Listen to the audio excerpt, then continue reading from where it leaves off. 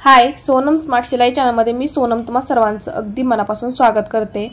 तर बघा, मग तुम्ही जर टेलरिंग काम करत असाल तर हा व्हिडिओ तुम्ही शेवटपर्यंत बघा। तुम्ही जर कस्टमरचे कपडे वगैरे स्टिच करण्यासाठी घेत असाल तर हा व्हिडिओ तुम्ही शेवटपर्यंत बघायचा आहे। आपण शिवणकाम करतो म्हणजे आपण एक प्रकारची सर्व्हिस प्रोव्हाइड करत असतो, बरोबर?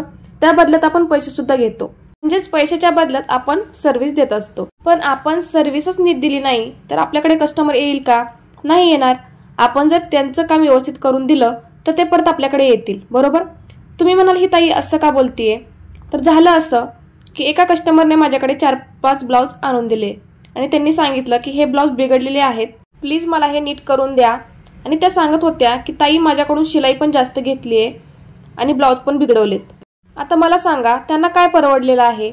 ब्लाउज शिवण्यासाठी त्यांनी एवढी शिलाई दिली आणि तेच ब्लाउज दुरुस्त करण्यासाठी परत त्यांना मला पैसे द्यावे लागणार। म्हणूनच मी सांगते की कस्टमर कमी असतील तरी चालेल, पण जेवढे कस्टमर येतील त्यांचंच काम असं करून द्या की ते पुढचे 10 कस्टमर घेऊन आलेच पाहिजेत। कस्टमर किती येतात हे महत्त्वाचं नाहीये, तुम्ही काम कसं त्यांना करून देत आहात हे खूप महत्त्वाचं आहे। तुम्ही जर चांगलं काम करून दिलं तरच ते तुमच्याकडे परत येतील, अदरवाईज ते परत अजिबात तुमच्याकडे येणार नाहीत। आता हे ब्लाउज कोणी स्टिच केलेले आहेत हे मला माहित नाही, पण ज्यांनी कोणी स्टिच केलेले आहेत त्या ताई एकतर नवीन शिकत असतील किंवा त्यांनी घाई गडबडीत हे ब्लाउज स्टिच करून दिलेले असतील। मला कोणाला नावं ठेवायची नाहीयेत, पण आपण त्या बदल्यात पैसे घेतलेले आहेत म्हटल्यानंतर आपण त्यांना काम व्यवस्थित करून देणं हे आपली जबाबदारी आहे। आता मला सांगा, हे जे माझ्याकडे कस्टमर आलेला आहे ते कस्टमर पुन्हा त्या टेलरकडे जाईल का? नाही जाणार, कारण त्यांना सर्व्हिस अजिबात चांगली भेटलेली नाहीये, त्यामुळे ते परत पुन्हा तिथे जाणार नाहीत, बरोबर? तर चला, त्यातलेच तुम्हाला 2 ब्लाउज दाखवते म्हणजे तुमच्या लक्षात येईल की आपण कोणत्या चुका टाळल्या पाहिजेत। पहिल्यांदा हा ब्लाउज बघा, तुम्ही ब्लाउजच्या टिपा बघा, एकही टिप सरळ नाही। टिप तर जाऊ द्या, ज्या टिपा मारल्यात त्या टिपा व्यवस्थित बसल्या पण नाहीत। बघा कशा टिपा मारलेल्या आहेत।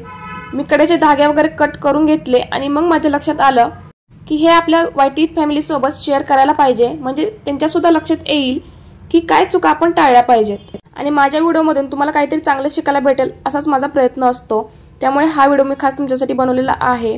नवीन शिकत असताना असे प्रॉब्लेम होत असतात। तर चला, तुम्हाला एक मी स्टिच केलेला ब्लाउज दाखवते। तर बघा, ब्लाउजची फिटिंग या पद्धतीने असली पाहिजे, कुठेही धागे वगैरे निघाले नाहीत आणि तुम्ही फिटिंगची लाईन बघू शकता, अगदी सरळ आलेली आहे। हा ब्लाउज दाखवण्यामागचा उद्देश म्हणजे अशा पद्धतीची फिटिंग आपली आली पाहिजे आणि या पद्धतीने ब्लाउज फिनिशिंग सोबत तयार झाला पाहिजे। तुम्ही दोन्ही साईडची फिटिंग बघू शकता, अगदी सरळ लाईन आलेले आहेत आणि टिपा सुद्धा तुम्ही बघू शकता, अगदी परफेक्ट इथे मी मारून घेतलेले आहेत। अशा पद्धतीची फिटिंग आपली ब्लाउजला आली पाहिजे। आता तुम्हाला दुसरा ब्लाउज दाखवते। तर बघा, या ब्लाउजची फिटिंग कशा पद्धतीने केलेली आहे। ब्लाउज तुम्हाला उलटा करून दाखवते।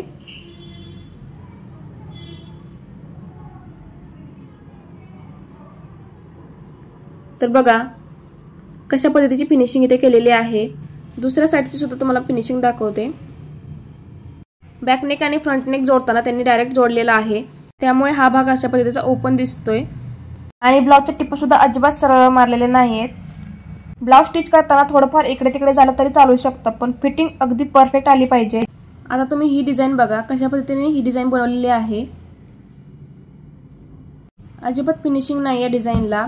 तुम्ही आकार सुद्धा बघू शकता, कशा पद्धतीचे आकार आलेले आहेत। तुम्ही उलट्या साईडने सुद्धा बघू शकता कशा पद्धतीने फिनिशिंग इथे केलेली आहे। सेम दुसऱ्या साईडला सुद्धा त्याच पद्धतीने ही डिझाईन बनवलेली आहे। आता त्या ताईंनी मला सांगितलेलं आहे की ताई प्लीज मला घालता यावा असं ब्लाउज करून द्या। तर आता मी ह्या ब्लाउजला लेस लावून व्यवस्थित करण्याचा प्रयत्न करणार आहे आणि फिटिंगच्या ज्या टिपा आहेत त्या मी उसवून घेणार आहे आणि त्या व्यवस्थित मी त्यांना मारून देणार आहे। तर बघा, मग हा व्हिडिओ बनवण्यापाठीमागचा उद्देश हाच होता की तुम्ही जर अशा चुका करत असाल तर त्या चुका तुमच्या लक्षात येतील आणि त्या चुका परत तुमच्याकडून होणार नाहीत। ब्लाउज कशा पद्धतीने स्टिच केला पाहिजे जेणेकरून आपल्या ब्लाउजला छान अशी फिनिशिंग येईल, याचे खूप सारे मी व्हिडिओज अपलोड केलेले आहेत आपल्या चॅनलवरती, नक्की जाऊन चेकआउट करा। सोशल मीडियावरती मी एक पोस्ट ऐकली होती, ती तुम्हाला सांगते। तुम्हाला जर खरंच व्यवसाय करायचा असेल तर डोकं शांत, तोंड गोड आणि काम चांगलं, कारण आपल्याकडे येणारा प्रत्येक कस्टमर पुढचे 10 कस्टमर घेऊन आलाच पाहिजे। मी ह्या पोस्टमधला प्रत्येक शब्द फॉलो करते, तुम्ही सुद्धा नक्की करा। माझ्या मताशी सहमत असाल तर मला तसं कमेंट करून सांगा। व्हिडिओ आवडला असेल तर लाईक करा, शेअर करा आणि हो, चॅनलवर नवीन असाल तर चॅनलला सबस्क्राईब नक्की करा।